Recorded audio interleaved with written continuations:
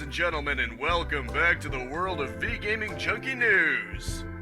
The Dross was caught outside of a vault when the bombs fell, so there's nothing but pure gaming-related meatiness. It is all about the electronic good stuff as we dive deep in all that's new in the various interactive virtual worlds.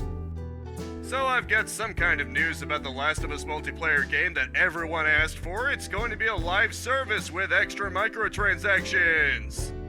Just in case you needed another reason to avoid it, they pull this.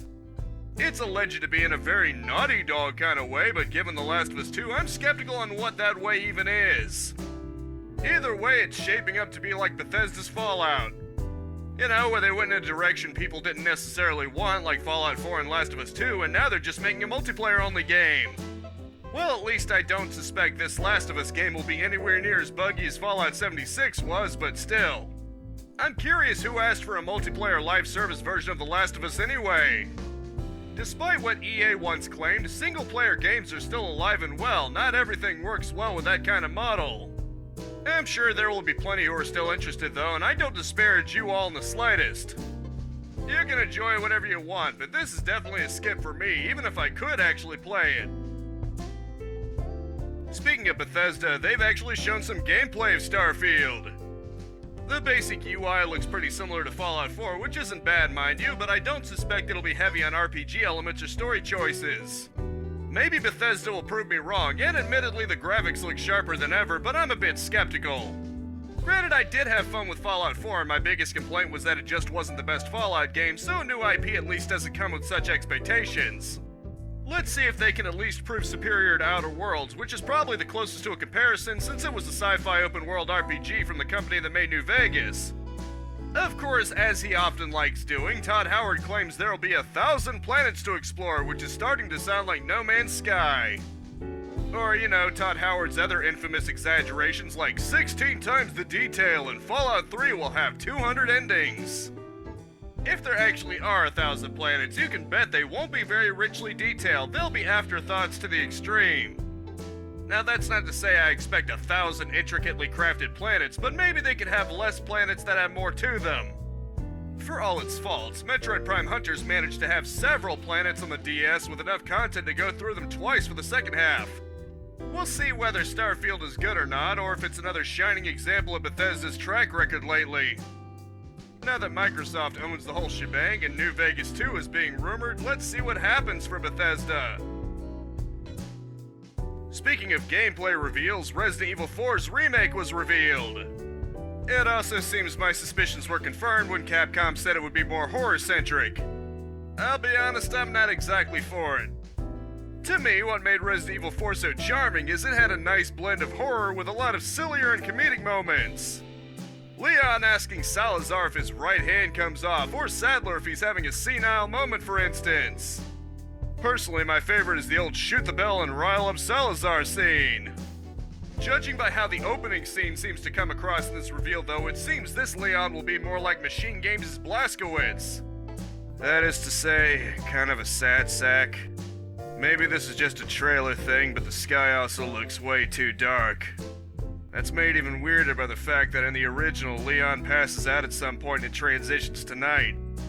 It really makes you wonder how they're going to handle that in the remake. Is it just going to be darkness all the time, just like the darkness in my soul? It was that sort of crap just got real moment, and it's things like that that I suspect this remake will completely neglect. Like with Starfield and The Last of Us multiplayer game, I have absolutely nothing against people who are excited for this. As for me, I've already played through the Wii version, shameless plug by the way, check him out, so I'm good. And so there's a Duke Nukem movie being made, and judging by the tone of this article, Kotaku's Zach isn't very happy about it. The title of the article is even sorry, but Hollywood is making a Duke Nukem movie. He even suggested making Duke a washed-up loser, which I'm sorry, but it seems like it's ripping off Yahtzee's joke review of Duke Nukem Forever. Honestly, I think the best hope for Duke Nukem, a movie or otherwise, is to make it completely cheesy, much like the new Doom games. In today's climate, I can't see Duke's flirty side coming through without it being butchered, so maybe the best bet would be a Duke 64 type of thing. It toned that down to meet Nintendo's standards at the time and mostly went with action movie parody. It may not have been quite the same, but at least it was still fun. If they try to make a serious Duke Nukem story, it'll be even weirder than the Resident Evil 4 remake I just mentioned, focusing pretty much all on horror. The appeal, after all, is being silly and comedic, so maybe you should stick with that and make it work. Even Duke Nukem 1 had him comedically talking about watching Oprah. Could even style it like Evil Dead, since that's one of the properties Duke 3D sorta took heavy inspiration from. Speaking of things I can't figure out who asked for, Minecraft is getting a strategy game themed around it called Minecraft Legends. According to GameSpot, it'll be a real-time strategy type of game and involves the piglins, the hostile unless you're wearing gold mob in the nether. Not to be confused with zombie pigmen, of course, this came much later. As interesting as this seems, being able to control an army and take down fortresses, I can't help but feel this is a bit of a mismatch for Minecraft. After all, Minecraft is such a moddable sandbox that such a thing could probably easily be had for free if you already had an account for that. In fact, a real-time strategy mod for Minecraft is already being worked on, dubbed Mine Fortress. I get why Microsoft is doing this, of course, for the money, but it seems like it's not the best match for Minecraft. It'd be like Valve making officially paid-for modes for Gary's mod. You're doing what the community can likely do better, or at least just as good for free. As always, though, it's up to you if you're interested, and I won't tell you to like or dislike this idea. What's more relevant, in my opinion, is that Minecraft just recently got an update. It's 1.19 The Wilds update. It adds 2 biomes, the Deep Dark and Mangrove Swamp.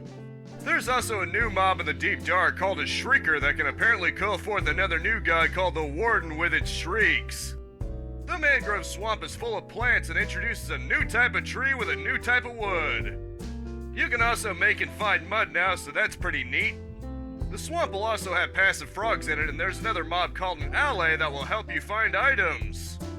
The Warden seems to be the real MVP of this update, since it's said to be a fairly challenging mob. I can't wait to meet him. And so iOS is apparently adding support for the Nintendo Switch's Switch Pro and Joy-Con controllers. GameSpot reports that the Joy-Cons show up as an MFI controller, and you can work the Joy-Cons as 1 or 2 controllers by holding down left in capture and right in home.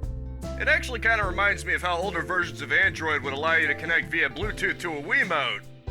It's a real shame that kind of feature was removed. I actually remember playing Dead Trigger 2 as a sort of pseudo 3DS game by having the nunchuck control the movement and shooting with a touchscreen aiming. I don't own the necessary equipment to try this out for myself, but it's there for anyone who's interested. Maybe you could use this to turn an iPhone into a pseudo Switch or something. That could be pretty neat. This seems like it would be a better idea for the Android though, unless you can jailbreak your iPhone to get custom software on it.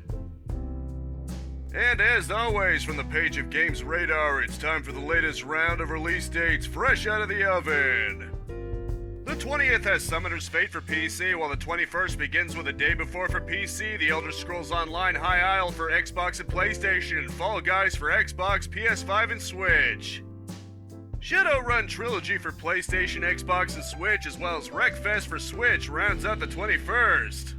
The 22nd has Fire Girl Hack and Splash Rescue DX for PlayStation, Xbox, and Switch, while the 23rd has Deliver Us the Moon for PS5 and Series X, as well as Sonic Origins for all major platforms. The 24th begins with AI, the Somnium Files Nirvana Initiative for the 4 current platforms, Capcom Fighting Collection for the Old Band of 4, and Fire Emblem Warriors 3 Hopes for Switch. It rounds out with Madison for PC, PlayStation, and Xbox. The 28th has Phobia St. Dinfa Hotel for PC, PlayStation, and Xbox, as well as MX vs. ATV Legends for the same systems. The 30th has Cuphead The Delicious Last Course DLC for PC, Series X, and Switch, Monster Hunter Rise Sunbreak DLC for Switch, and Outriders Word Slave for PC, PlayStation, and Xbox. Finally, the 1st of July has F1 2022 for PC, PlayStation, and Xbox. This week's epic freebie until next Thursday is Supraland. It's described as a mix between Portal, Zelda, and Metroid, so I really look forward to trying it out. And as you may have expected, that rounds out this news week. I hope you all enjoyed and were well enough informed. And as always, Let's Play every single day, 10 a.m. and 2 p.m, live stream Mondays and Thursdays unless otherwise specified at 4:30 p.m, and I swap between game news and game reviews Fridays at 6 p.m. Of course, that's Eastern Standard Time.